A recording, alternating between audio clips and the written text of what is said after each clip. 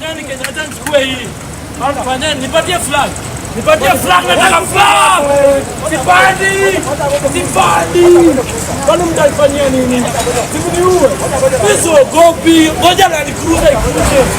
Mimi siogopi. Mimi siogopi. Mimi siogopi.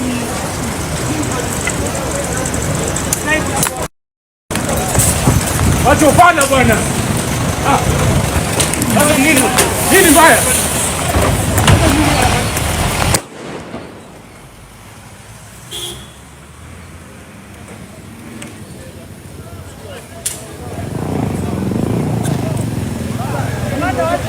Bwana, mbona unatushia tia gasi? Mbona unatushia tia gasi? You are demonstrating the force of freedom. Adana.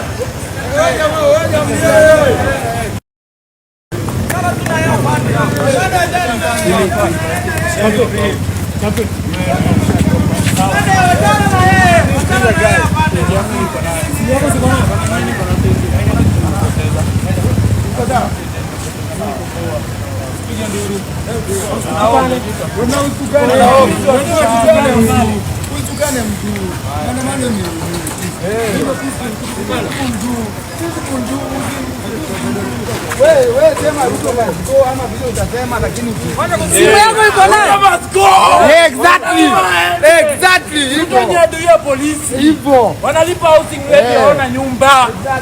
Wako na watoto university, hawezi lipia. Wako wanalazwa wapendo wamelazwa Kenyatta. Wanakufa kama ungua. Ruto lazima aende. Fanya hapo hujapanda. Siwezi panda. Wote nifanye mimi pande. Umbwa, mimi siwezi panda. Ruto lazima aende. Ruto lazima aende. Watu huwe, wameshaua watu 50. Bado tumerudi street. Si hadi hatujui. Hello and what's up guys, welcome back to Chat Online Media, and today we are back again with another video. So guys, the recent wave of the deaths of dozens of people in Kenya as police cracked down on protests countrywide began with the shooting of 30-year-old Rex Masai. The killings have further eroded that little trust there was in the police to maintain order, and as a new series of protests is about to begin, there are concerns over how the security forces will respond. 20th June saw demonstrations against a finance bill that was going to raise new taxes break out for a second time. The previous day of action, 2 days earlier, had been without major incidents, but as sun set on that Thursday, something changed in the heart of the capital, Nairobi. The protesters became more defiant, and police officers switched from using water cannon and tear gas to firing live bullets. Mr. Rex Masai is one of those who were caught at the wrong end of that. He was shot in the thigh and bled to death. Ian Juguna, his friend, said they rushed to try and help him when he fell to the ground and his blood was all over his hands. He said that he and another friend tried to carry him to a nearby hospital, but the police officers kept tear gassing them as they were carrying their dying friend. At least 4 police officers so far had to face prosecution for shooting and killing protesters over the last 4 weeks amid rising calls for justice for victims of the alleged excessive use of force. He said that they have encountered non-cooperation from the police and to a certain level some intimidation even to the IPOA officers, making investigation a little bit tricky. But the investigation into the killing of Rex Masai has not yet resulted in the start of a prosecution, as investigators seek to gather more evidence and record statements. Mr. Waiganjo did not comment on this specific case, but explained that when investigating injury or death, the IPOA needs information on where the guns involved were from and the identity of the officers allegedly involved.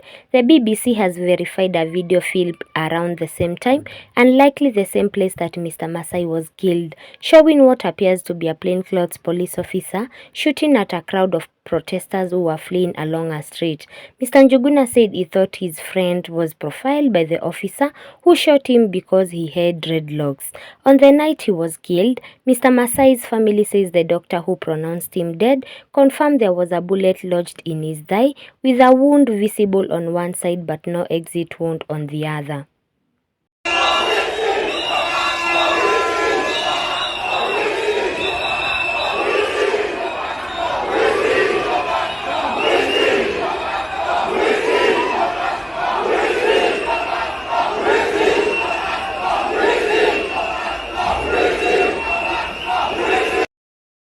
Rex Masai's mother said that when she got to uncover her son's body, she saw where the bullet had entered his leg. After the autopsy, the family and friends of Mr. Masai were shocked to learn that the bullet could not be found in his body. They suspected that it was removed at some point. When the BBC told Mr. Waiganjo of the allegation of a lack of physical evidence, he was not surprised, given the IPOA's own challenges securing items to aid their investigations. This can derail the quest for justice despite the IPOA's powers to compel institutions to hand over any vital information. The BBC contacted acting head of police Douglas Kiricho for a response to the allegations of obstructing investigations and of using excessive force against protesters. While the head of police acknowledged the request and instructed the police spokesperson to respond to the specific questions, no response had been received by the time of publishing this story, despite multiple reminders.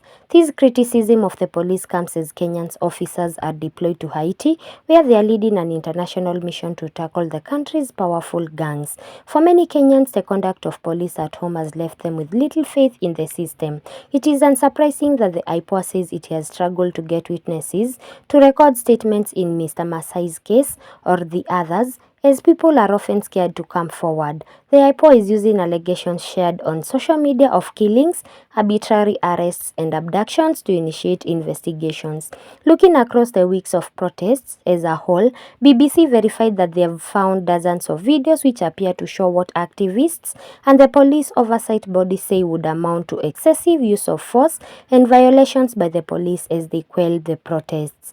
The BBC managed to verify the locations and time the incidences took place by comparing landmarks they could see in the video with Google Street View imagery and satellite maps, local media reporting, and other videos showing the same events. The videos range from shooting at unarmed protesters, beatings with batons, attacks on people offering first aid, attacks on journalists, and abductions.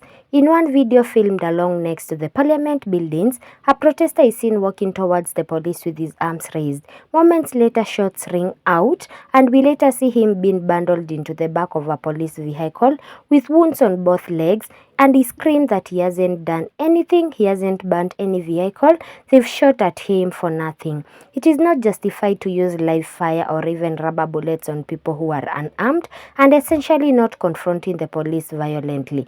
Irungu Houghton, the executive director of the Kenyan branch of rights group Amnesty International, argues that there is a clear legal framework for policing in the country and they can't go more than one page without reading the words human rights and service to citizens.